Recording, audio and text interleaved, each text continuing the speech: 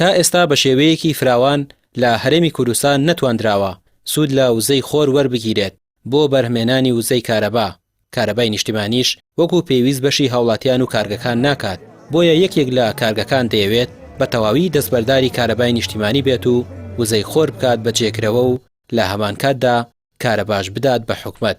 ئەم پرۆژەیە کە نزیکەی 900 ئەمپێر کارەبا بەرهەم دەهێنێت.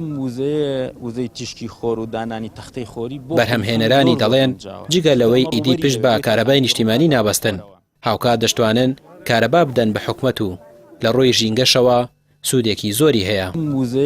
وزەی تیشکی خۆر و دانانی تەختەی خۆری بۆ کوردستان زۆر گونجاوە چونکە ئەمە ڕوبەری دەبێت بۆی تەرخانکەی ڕووبکاتە خۆرەوە.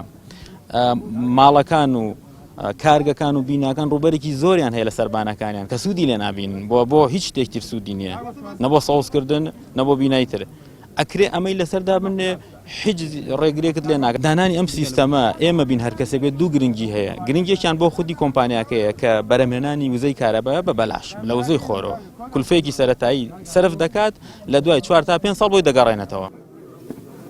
بەشێکی زۆر لە کارەبای نیشتیمانی بۆ کارگەکان دەچێت و ئەوە شوای کردووە بڕی پێویستی کارەبا بە هاوڵاتیان نەگات. بەکارهێنان لە هەموو بوارەکانە مزاعەفە بە چەند ڕێبەری کارەبای سلێمانی دەڵێت ئەگەر سەرجەم کارگەکان پشت بە وزەی خۆر ببەستن لۆدێکی زۆر لەسەر کارەبای نیشتیمانی کەم دەبێتەوە. بەکارهێنان لە هەموو بوارەکانە مزاعەفە بە چەند قات یعنی بێنە بەر چاوی خۆتان بەڕێزان ئێمە تا 79 بەکارهێنان لە هەموو بوارەکانە چۆن بۆ ئێستا ئەم 8 میلیارد چی بەم ژینگە و بەم زەوی ئەەکەین ئێمە.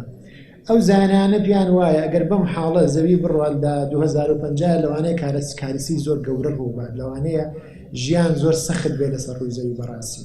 من ئەوەندە ئەڵێم لە ڕووی جەدوای ئابووریەوە دراسەیەکم بۆ پرۆژەی بەڕێزیان کردووە لەوانەیە بە 5 ساڵێک بتوانێت ئەم پرۆژەیە داهاتی خۆی یان ئەو پارەی تای سەرفکراوە بگەڕێنێتەوە کە لە کاتێکە گەرنتی ئەم پرۆژەیە 20 بۆ 25 ساڵ.